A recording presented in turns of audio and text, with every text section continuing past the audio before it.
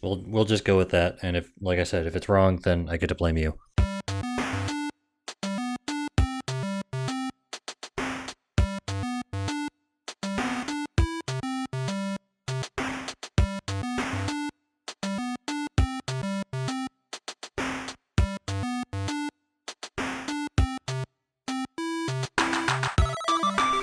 Hello and welcome to the Part-Time Gamers, the gaming podcast for people with full-time lives. I'm your host Searanex, and I am joined by my good friend Nineof12. Hello. Yes, hello. Gristle's still out. He's contending with a little bit more family stuff this week. Unfortunate passing of his dog. So yeah. Yeah, we're still here, still rocking out. Yeah. So how have you been doing this past week? Doing okay. I rehomed most of those fish. Oh yeah. I'm just glad you were having some computer issues a little bit earlier with the router dying, and I'm glad you were able to get that resolved before we had to start. Oh man, that was a panic too. Like I had dinner on the stove, cooking up some stuff, and sat down at the computer to look up the notes to do our notes. And there's no internet. I'm like, oh, maybe sometimes it takes a minute for everything to wake up, and it wasn't waking up. And my son's in the other room. He's like, Netflix won't work. Does the cable work? Yeah. Well, then it's the internet. So I went out to check the modem connections, and there were no lights. Yeah. I looked at the clock. It was like 4:45. I'm like, oh my god! And I just threw it in the car and drove downtown. Well, I'm thankful that you were able to get it resolved, so we were still able to record today. Although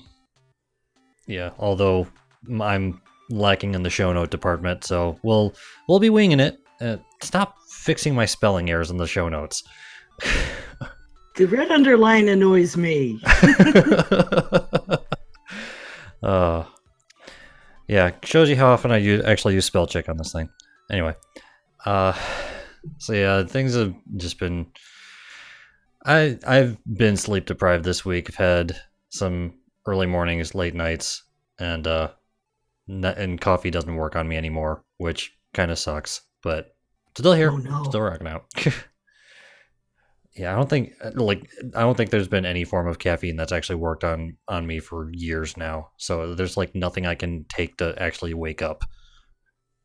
So there might be energy drinks that have like a bunch of vitamin B in them. Maybe, but like I sometimes drink like 4 kickstarts in a day, and those don't even faze me. So you're just gonna hurt yourself. Yeah. There's actually a time before I got married where I would drink probably somewhere in the neighborhood of between 4 and 8 small cans of Mountain Dew in a day. Yeah.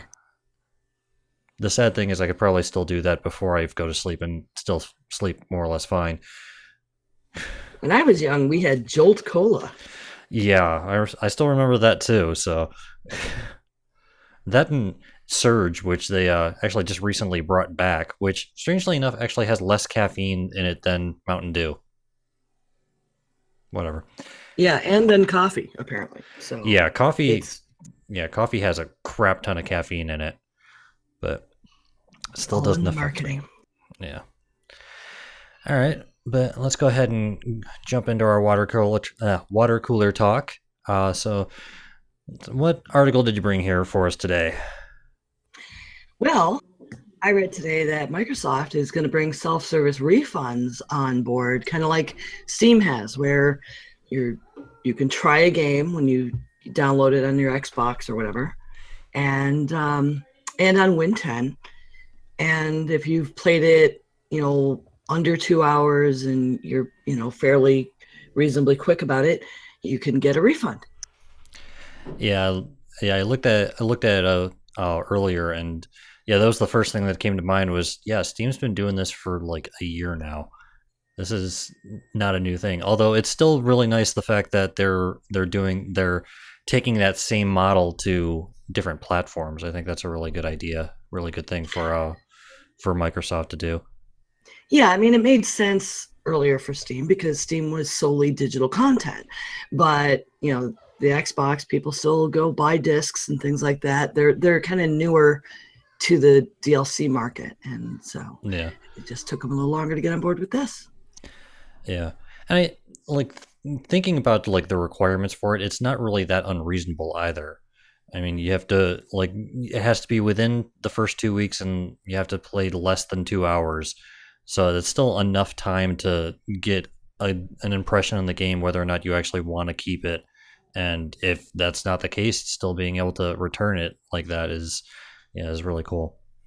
I think what would be better though, why doesn't anyone do just try before you buy?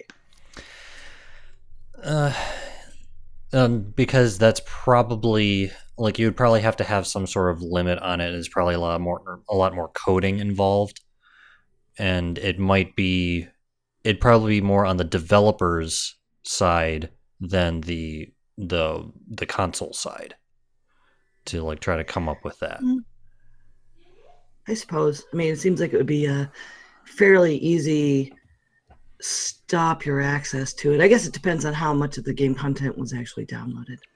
Yeah, I mean, like they've been doing demos for a bunch of different games for a while, but that's on the developers end. It's not on the consoles end. So that's the only thing I can think of really is that it would be a lot more development time for the developers. Perhaps. Yeah. Or maybe they're just trying to, you know, keep your money because it's too much trouble to go into your accounts and Yeah. do the refund. Yeah, that could also be the case. But I I agree with you that this is still a good step for Microsoft to take for their downloadable stuff. It seems to still be working for Steam, so good business model. Yep. All right, and the article I brought today is yet again is a Blizzard related one. If you couldn't tell, I'm kind of a Blizzard fanboy and like a lot of their games. So the one I brought today was for Overwatch. They're currently doing an event. It started 2 days ago, April 11th, and it's supposed to be going until May 1st. And it is they've done seasonal events in the past for like year of the Chinese New Year, for Christmas and stuff like that. They've done holiday events in the past, but this one is interesting because it's not actually based on a holiday. It's actually based on the lore of Overwatch. So they're calling this Overwatch Uprising, where one of the key features of it is that you can actually go through a PvE brawl that takes you through Tracer's first mission as a Overwatch agent, which is part of the like after the Omnic crisis and everything, and this like basically Omnic terrorist group called Null Sector is terrorizing London, and you have to try to go in and save the residents of London, take out Null Sector and such. It's really cool because it's the first real like in-game lore content for Overwatch, and I think that's really cool that they're actually starting to explore more of the lore of Overwatch rather than just having the game like they've had already. And I even think it's go ahead. Yeah, I think it's really interesting the way they've done that with Overwatch. It's almost been backwards. They created the game instead of creating, the universe at the same time. I mean, it was introduced with that video of the little Yeah, kids, so you had an idea of their history, and then there's the cinematic at the beginning of it.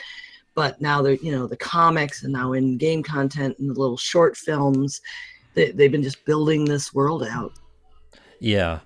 And yeah, it is a little bit backwards. They started with the game and then are building the lore around it. but they still had the lore in mind, which was, and another part that they added with the with this update was when you go into the hero gallery, each of the heroes, it'll have a little excerpt on like the bottom right corner of like a little bit of that character's past.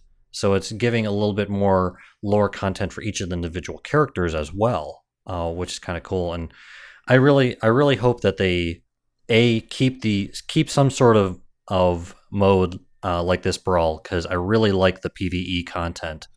And akin to Junkenstein's Revenge for the Halloween event and everything. One of my favorite modes in any kind of shooter was obviously the Horde mode from Gears of War.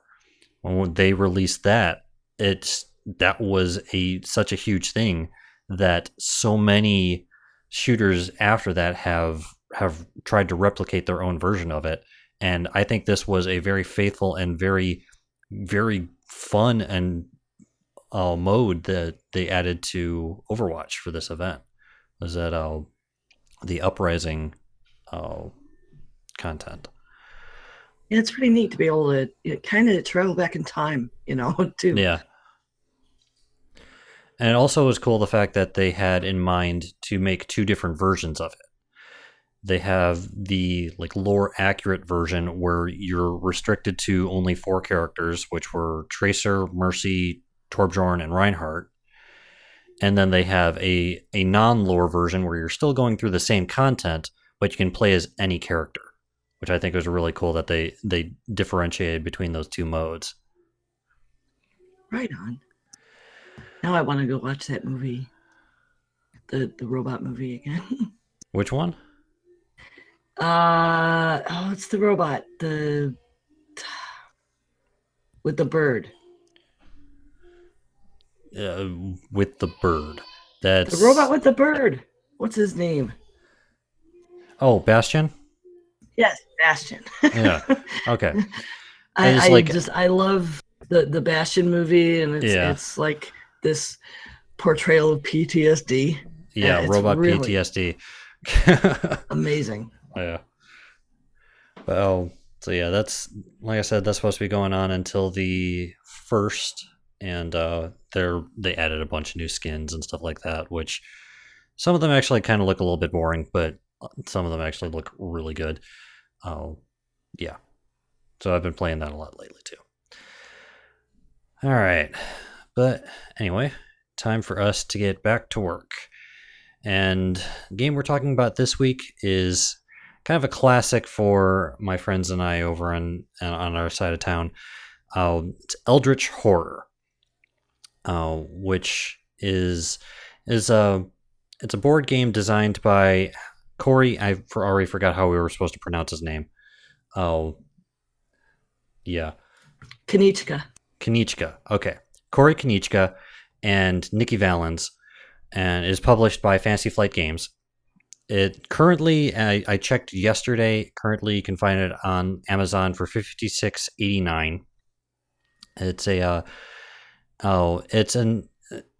if you're familiar with the other like horror games from Fantasy Flight, like Arkham Horror and stuff like that, well, primarily just that one, but anyway, it's set in the same world. It's kind of a similar game style to Arkham Horror. It's a cooperative horror adventure game set in the H.P. Lovecraft Cthulhu universe. So with ancient evils and stuff like that, set in I think the 1940s, somewhere like in that kind of era. I think. Can't remember. Is it 40s or 20s? I can't remember. I still have the book open. Anyway, I don't think it actually says. But anyways, it's that old style Tommy guns and that kind of era. So yeah, it might be the 20s actually. Sorry. But regardless, it's a cooperative game. So everyone loses or wins together. And all the players are playing together. And the players are playing as these investigators who are trying to prevent one of the Ancient Ones, which are these beings of ancient evil, from entering our world and destroying it. So it's your kind of the gameplay is you're taking these adventurers or investigators going around the world trying to figure out the mysteries of these Ancient Ones in order to stop them from entering our world.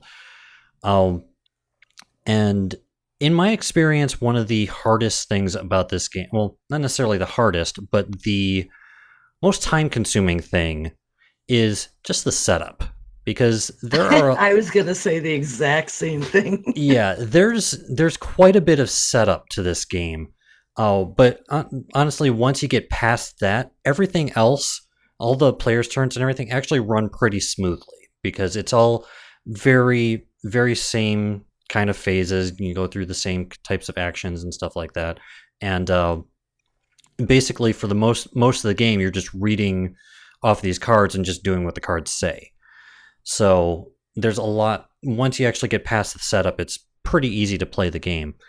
But the setup itself is kind of extensive. There's a lot of different decks that need to be shuffled.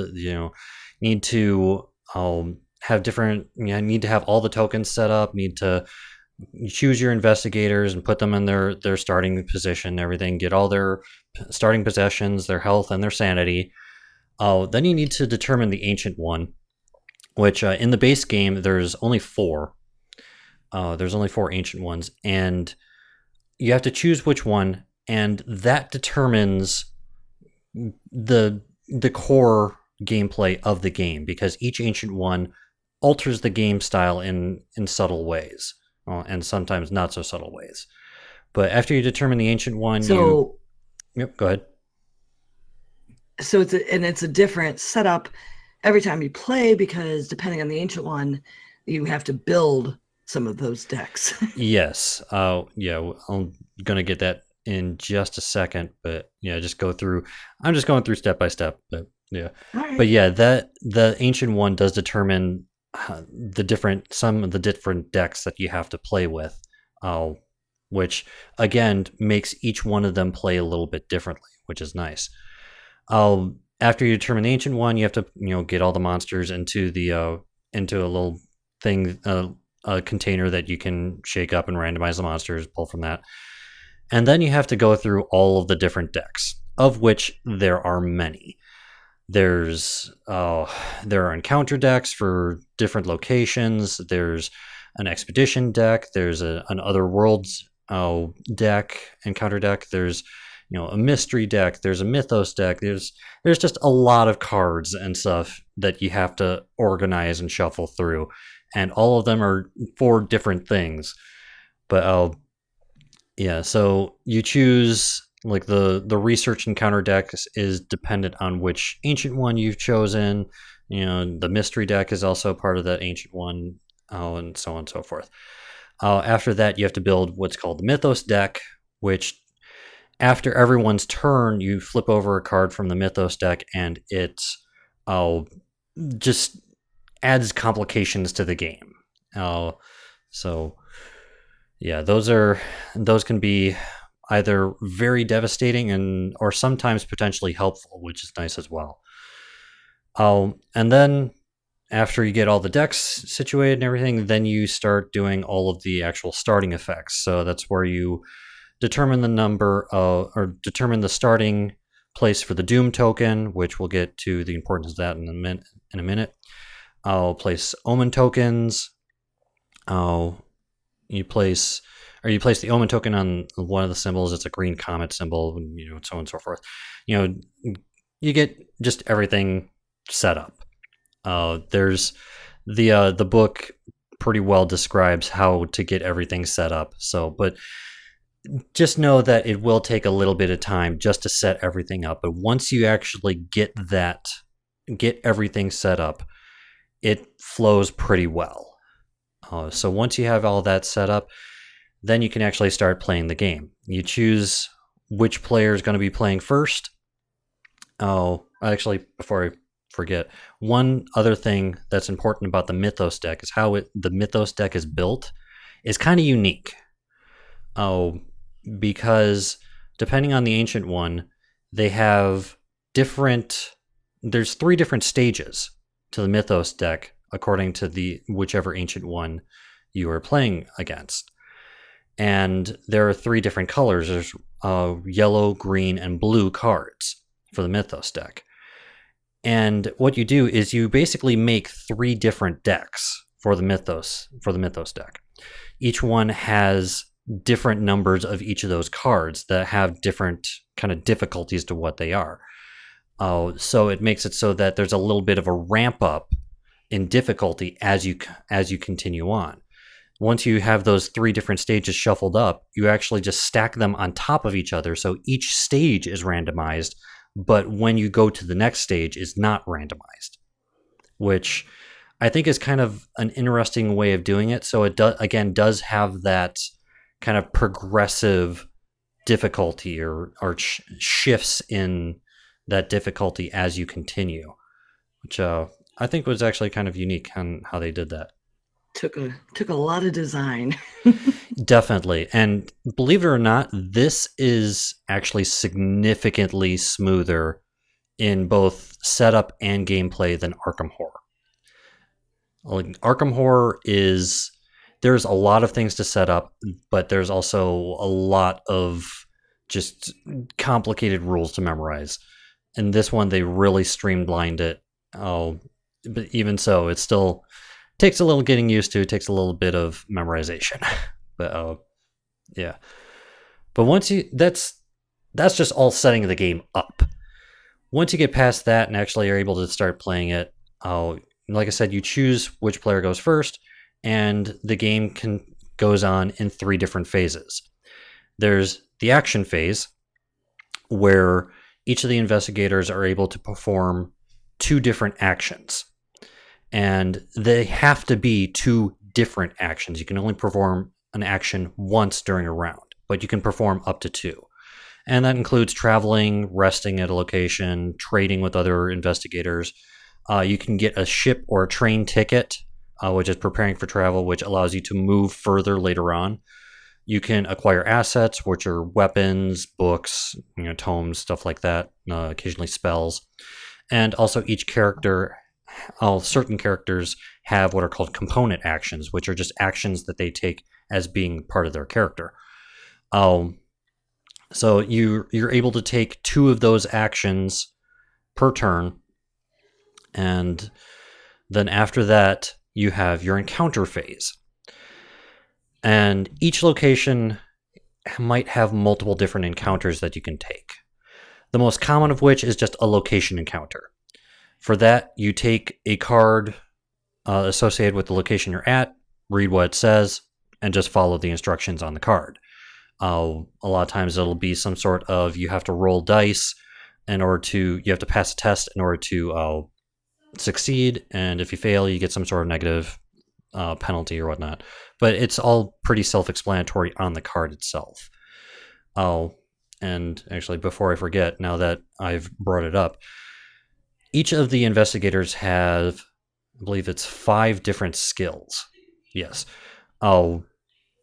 These skills determine, the number on the skills determine how many dice they roll for when they have to roll for one of those skills.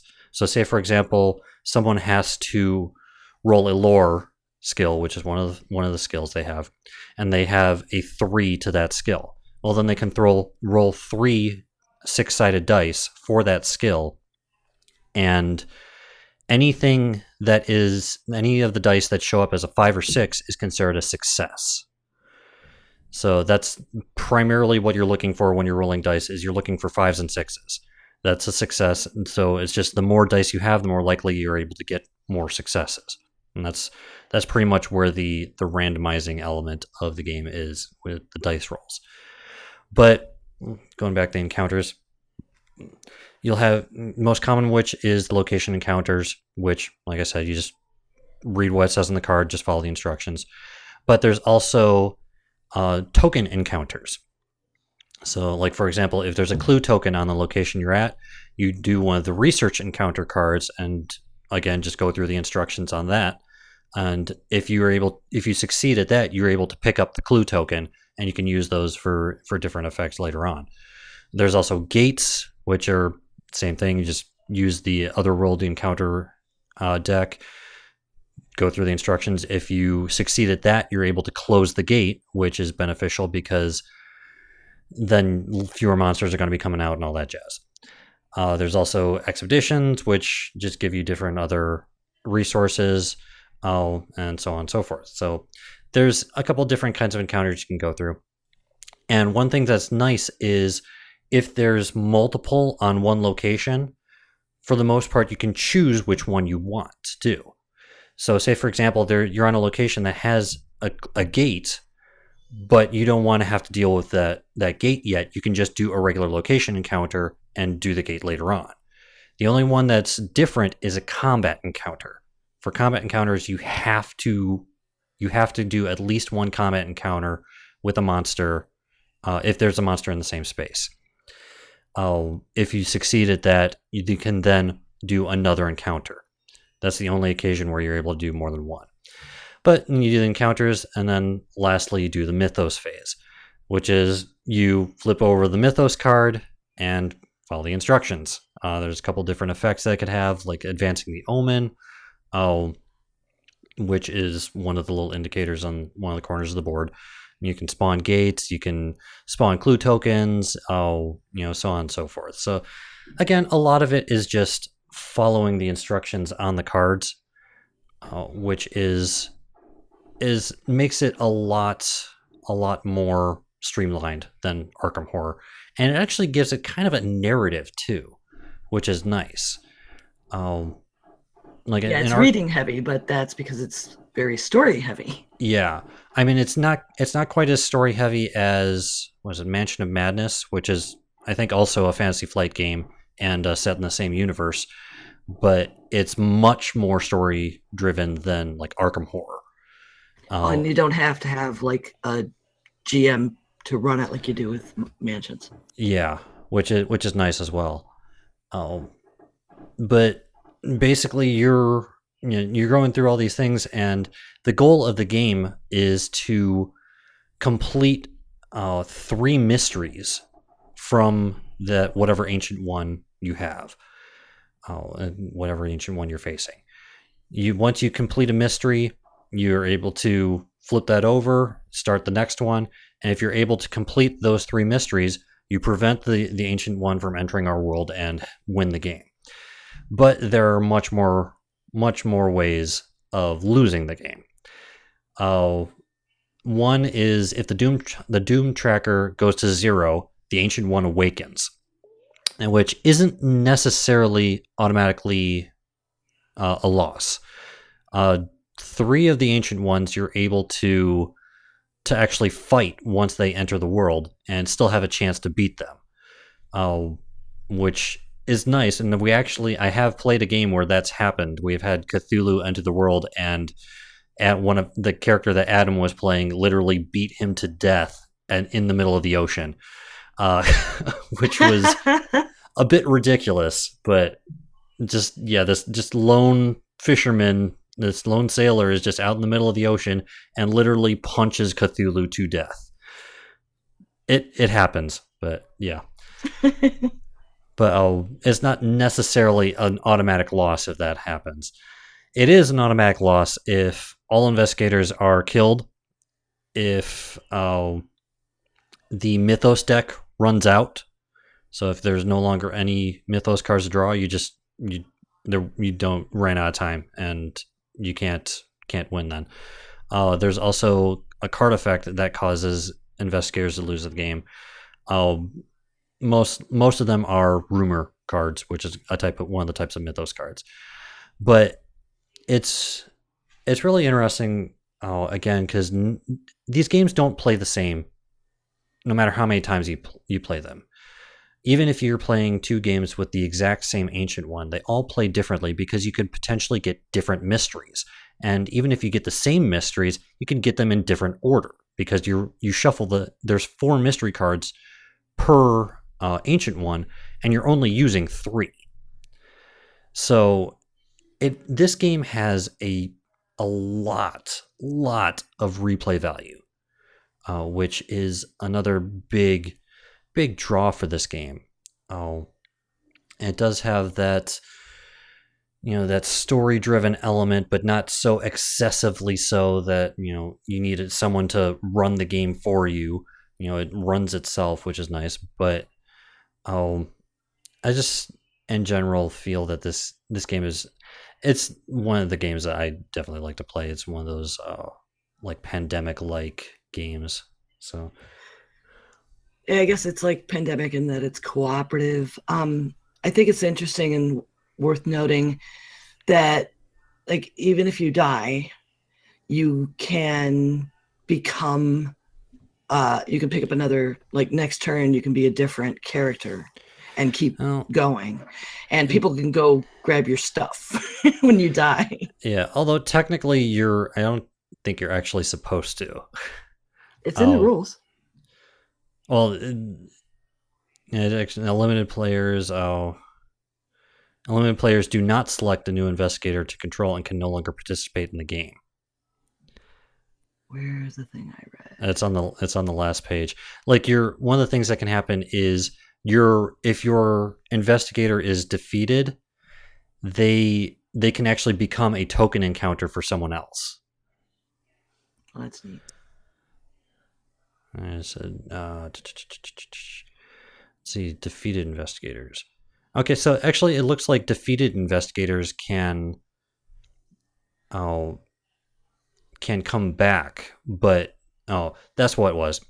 Your character can be defeated, and I believe can still come back. But yeah, it probably would have helped if I actually read through these more.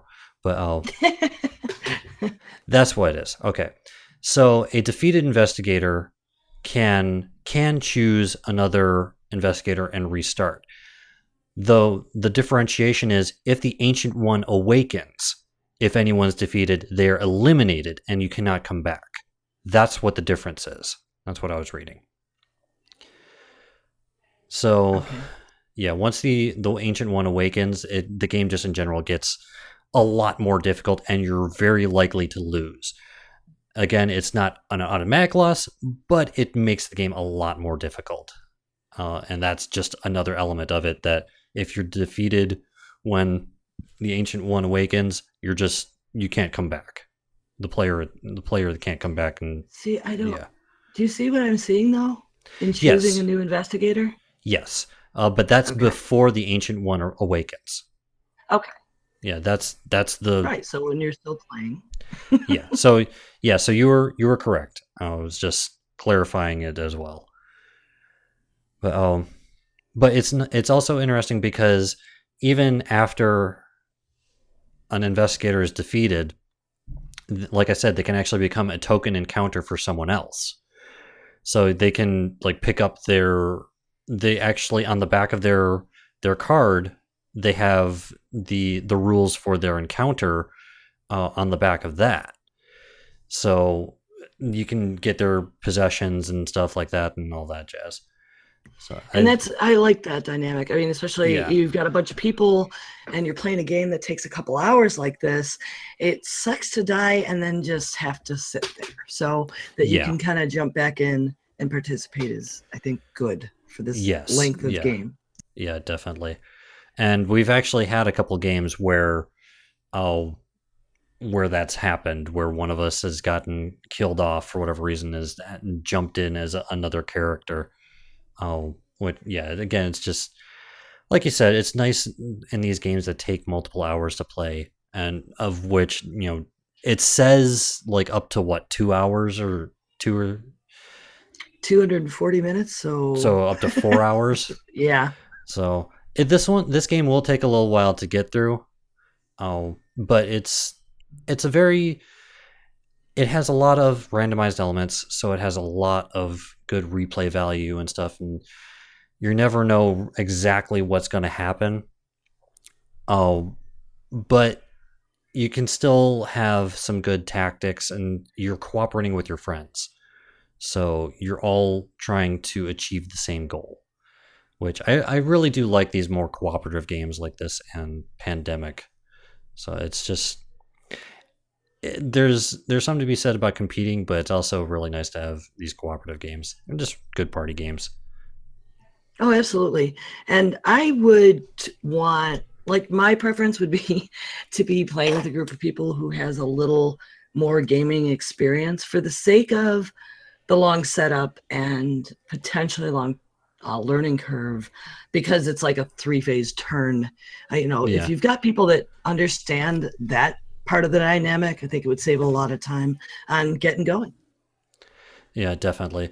Like I'm sure the first couple times that I've played it with my friends, it took us even longer to get everything situated. But now that we've kind of more or less veterans of this game, it really does run a lot smoother. Just because I'm sure. Yeah. Yeah. I mean, Dead of Winter's like that too. Yeah, that too. All right.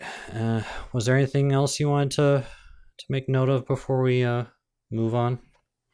I was wondering if you're, actually a Lovecraft reader. I actually am not. I haven't actually read any of them, but Zach has. I'm pretty sure has, and a couple of our friends have read through them. Our friend Sai seems like one of the biggest fans of it ever, but yeah, I personally have not actually read through them. Well, I guess I shouldn't be surprised because you're easily, scared. Well, that too, but no, but I think obviously the game is so good and the story comes across even when you're not a Lovecraft fan. But I do think it would add to it for Lovecraft fans. Yeah. I mean, I know it does for me, just like it did when I played the role-playing game Call of Cthulhu. Yeah. Like just when you're familiar with that world and what's going on, and being investigators that normal people, basically, I mean, teachers at university and museum curators, and like those are the kind of characters you're playing, and they're trying to like convince people of this weird, vast conspiracy that horror is going to come and rise up and eat the earth. Yeah, it would definitely add to the game to know like what the references are and everything by reading the books. But even if you don't, I'm still able to get a lot out of this game just for the game itself and being able to glean some of the at least some of the story and such from just playing through it. Yeah, it's well written, I think, and the investigators have their story built into their skills and everything. Yeah. So, bottom line, got a couple hours to kill with some friends, and don't mind a little bit of setup time. I think this is a really good game. Like I said, once you get past the setup, it's actually pretty easy to get through each of the turns because, again, it's mostly just reading the cards and following the instructions on those. So a little bit reading intensive, but still pretty smooth. Really, really fun game to play. All right, and on that note...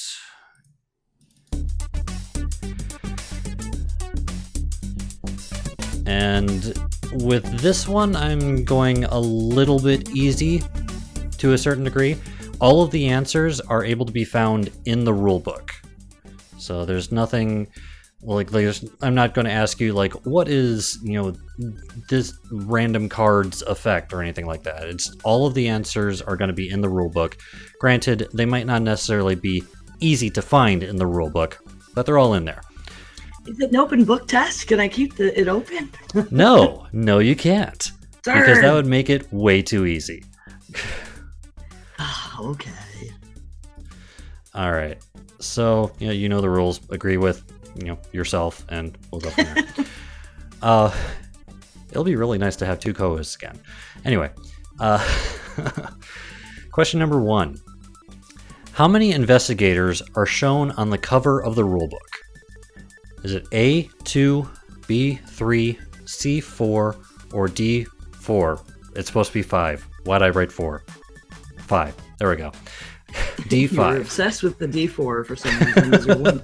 Well, that's actually what I roll for to determine which one's the correct answer. So. Okay.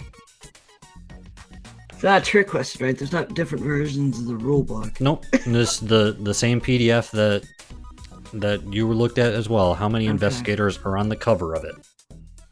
I see there's a guy with the gun, and then there's the old dude. I think there are 3. That is correct. There's 3 of them. There's the guy with the Tommy gun, the woman with the pistol, and the older guy inside the train. There's 3 of them in there. And this is going to be another question where I probably will butcher how to pronounce these names. But according to the rulebook, which ancient one does it suggest for new players to play against first? Is it A, Cthulhu, B, Azathoth, C, Yog-Sothoth, it's too many TH noises in these, or D, Shub-Nigroth? Azathoth. 2. I remember that one. That is correct. And the reason is the fact that he has no... when he awakens, the game just ends. There's no... He doesn't like come into the world or anything like that. He just destroys the world. So it makes it a little bit...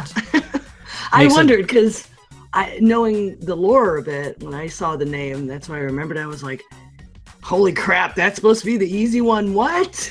Yeah. I mean, well, mechanically, he's the easiest. For trying to win the game, not necessarily, but... Alright, question number 3. How many asset cards are there in the base game? There are 34, 36, 38, or 40? This is where we start getting a little bit more specific. Assets. Yeah, so those are the things like the guns and stuff like that. Was it 34? What were the choices again? 34, 36, 38, or 40? 36. That is wrong. There's 40 of them. Nice. Some of them can shoot ambidextrously or something. Well, it's more than just guns. It's also like tomes and amulets, and I think there's even dynamite in there too.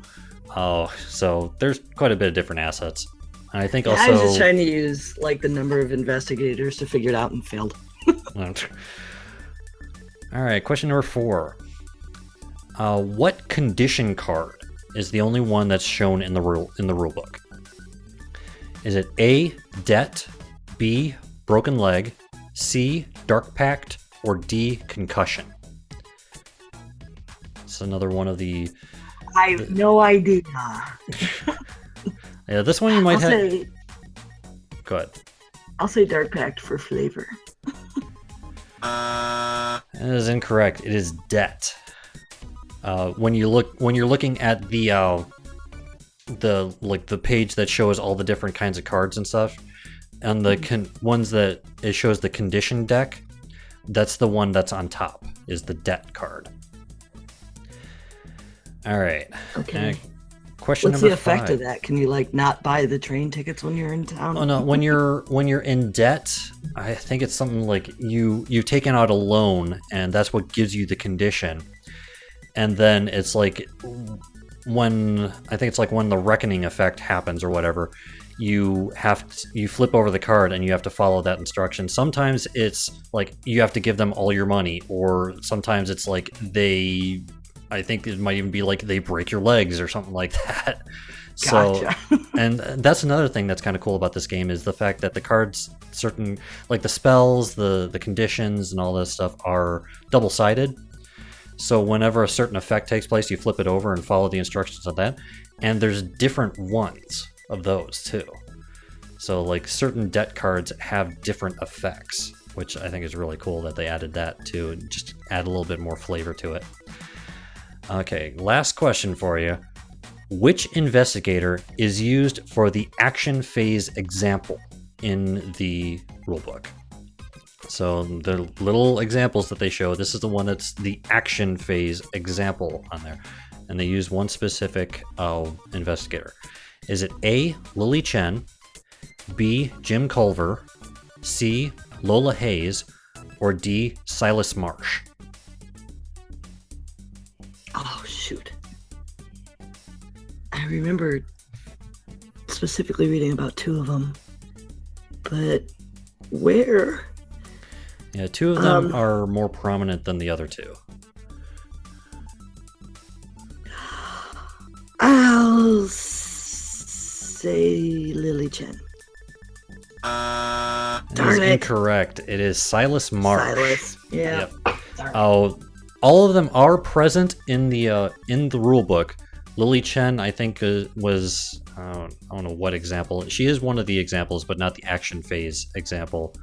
Oh, she is in the combat example, and Silas Marsh is in the action phase. The other two are just like random little excerpts in there. So how would my brain ever mix up action and combat? I have no idea. But anyway, so you still got two of them right, which was, yeah. I think better than what Zach did last time. So not bad. Yeah, still doing all right. All right, and on that note, that brings us to the end of our show. And everyone, bring my show notes back up. Everyone, thank you for joining us. And if you find value in our show and would like to support us, you can at patreon.com/parttimegamers, or by subscribing to our YouTube channel, which we're still keeping up with. I'll be posting this there shortly, and still doing part-time gaming every other week as well. And you can also support us by giving us a 5-star review on iTunes, which apparently the last couple months, the podcast hasn't actually been up on iTunes because of their like changes in policy and such, but it is now officially back up there. You can find it there again. So you can drop us a 5-star review there. If you'd like to contact us, you can with our email, parttimegamers.cast@gmail.com, or on Twitter at PTGcast. You can find me on Twitter at Searanex, or on Blizzard Tech, or whatever they want to call it now, with battle tag Searanex number 1996. You can find the show and the rest of my work at caffeineinducedproductions.com. How about you, Ember? I can be found at Nineof12 on Twitter. My battle tag is Nineof12 number 1102. And you can hear me at geekgrills.com. And do go check out the Part-Time Gamers YouTube channel and watch me embarrassing myself in Rocket League last week. You weren't the only one, so yeah, we were both embarrassing ourselves in that game, but it was still so just fun, so fun. It's just, I've never felt so good about playing so badly at a game. Right? Rocket cars with pirate hats. Come on. That was awesome. All right. And you can find Zach on battle.net with the battle tag Zachaleth1466.